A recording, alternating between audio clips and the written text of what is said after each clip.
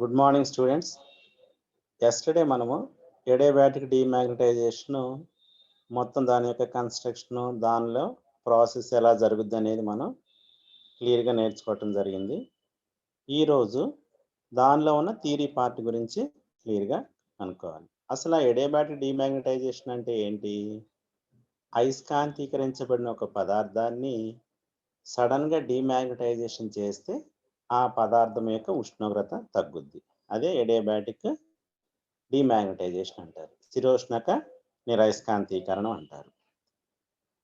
శిరోష్ణక నిరయస్కాంతీకరణం అంటారు. ఇప్పుడు దాన్ని మనం క్లియర్గా థియరీ ఎలా చేయాలనేది మనం అప్లై చేద్దాం. థియరిటికల్గా ఎలా ప్రూవ్ చేయాలనేది ఈరోజు క్లాస్లో నేర్చుకుందాం.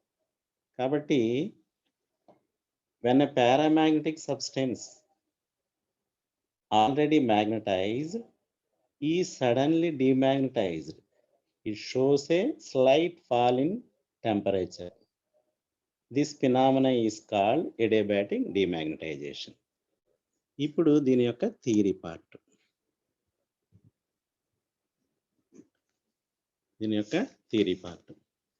థియరీ పార్ట్లో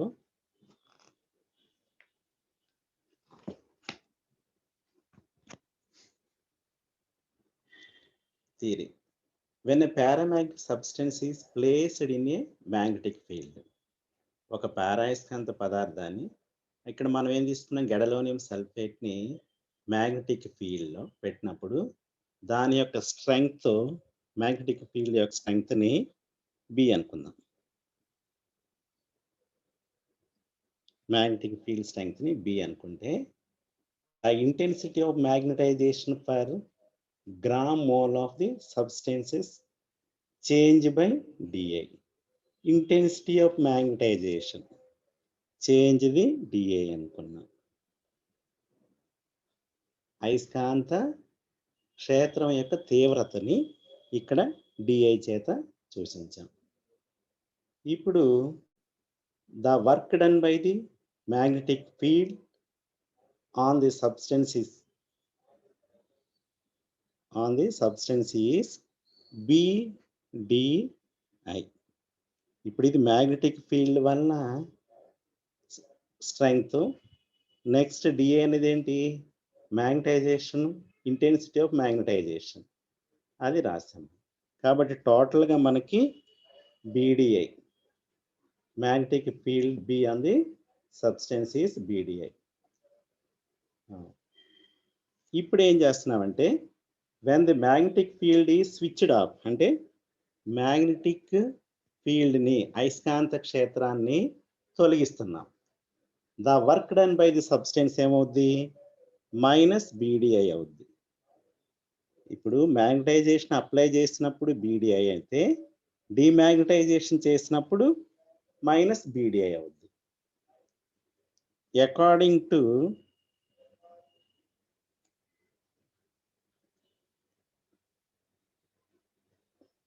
థర్మోడైనమిక్స్ యొక్క first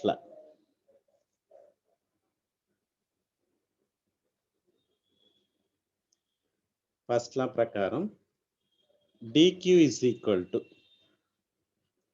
du plus pdv. Next ఇక్కడ మనకి డిమ్యాగ్నటైజేషన్ చేస్తున్నాం కాబట్టి దాన్ని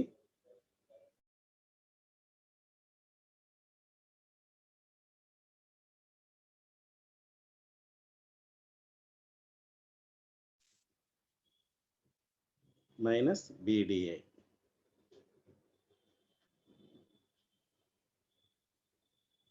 du plus pdv minus B D I అనేది వచ్చింది. సెకండ్ లా ఆఫ్ థర్మోడైనమిక్స్ ప్రకారం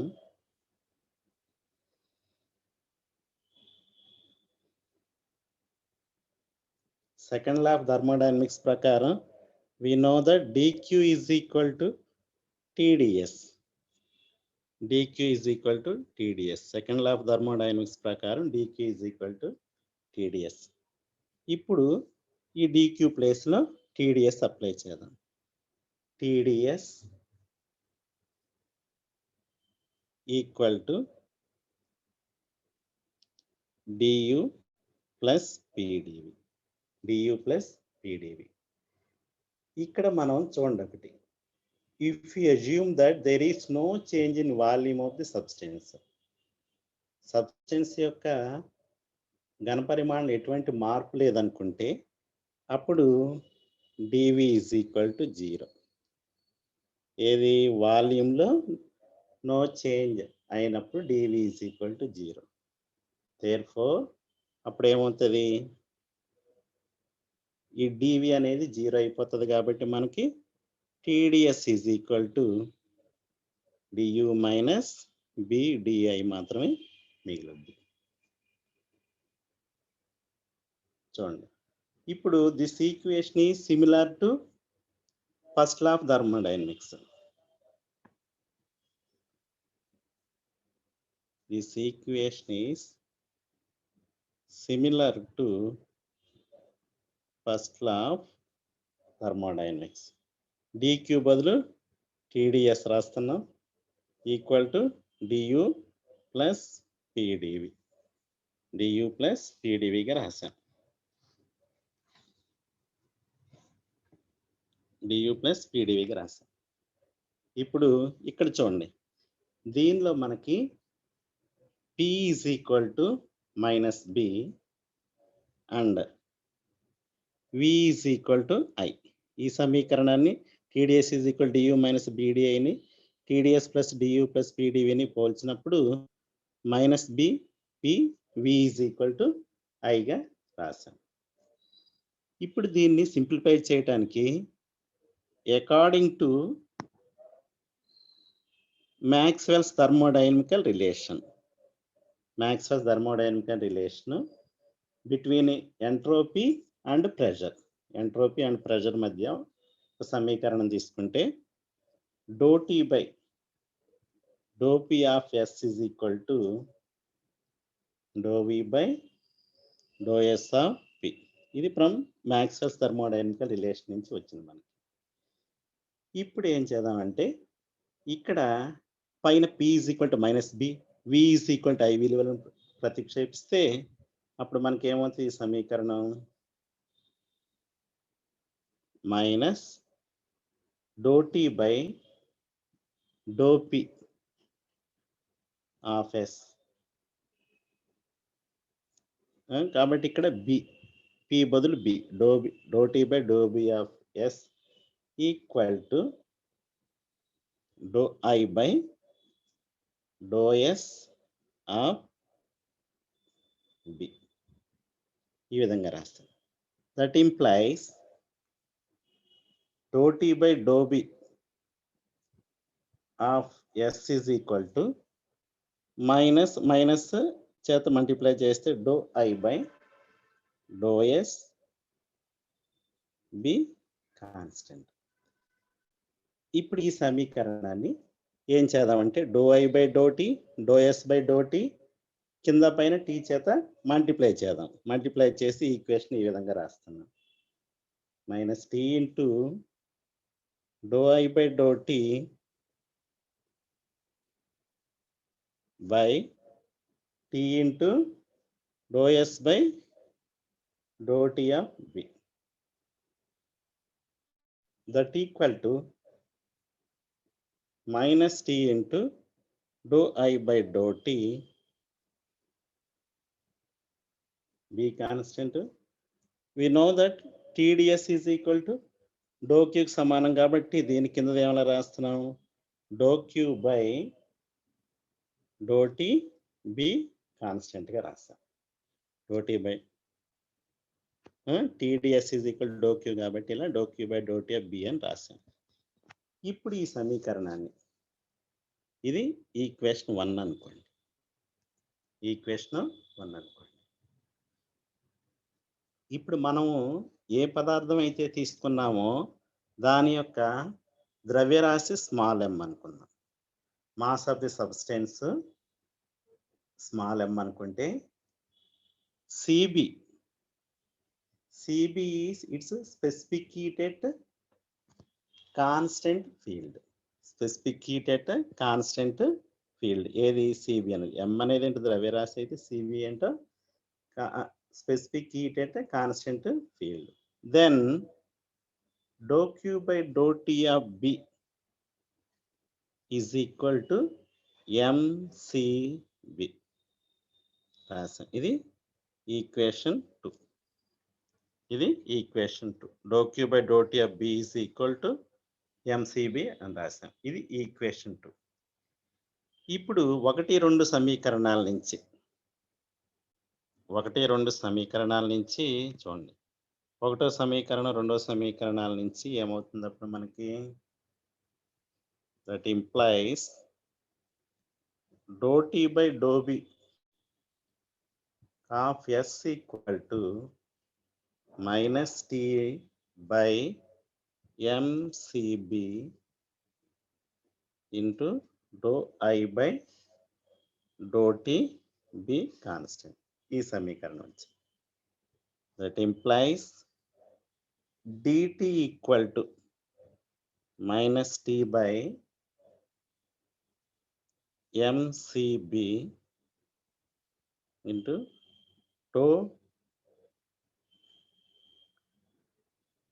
do I by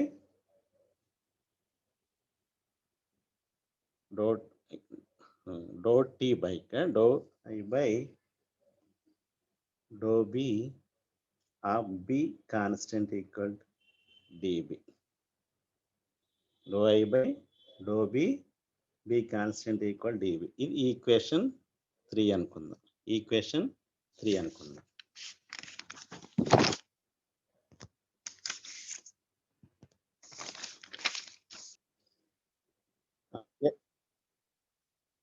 according to definition of susceptibility definition ప్రకారం Xi is equal to intensity of magnetization of substance. దాన్ని I చేత సూచిస్తాం. By intensity of magnetising field దాన్ని B చేత సూచిస్తాం. Xi is equal to susceptibility definition ప్రకారం ఏంటి? Intensity of magnetisation of substance by intensity of magnetising field I by B. Xi is equal to I by B. ఇది equation 4 అనుకుందాం. According to cure is లా ప్రకారం Xi is proportional to 1 by T. Xi is equal to C by T. ఇది equation 5. ఇప్పుడు 4, 5 సమీకరణాల నుంచి ఇంకొక సమీకరణం రాబడదాం. అప్పుడు ఏమవుద్ది? I by B is equal to C by T. Therefore, I is equal to CB by T. This is equation 6. ఇప్పుడు 6వ సమీకరణాన్ని తీసుకెళ్ళి 3వ సమీకరణంలో ప్రతిక్షేపిద్దాం. That implies dt is equal to minus T by MCB dou by dou T of CB by T into dB. Dou by dou T of CB by T into dB.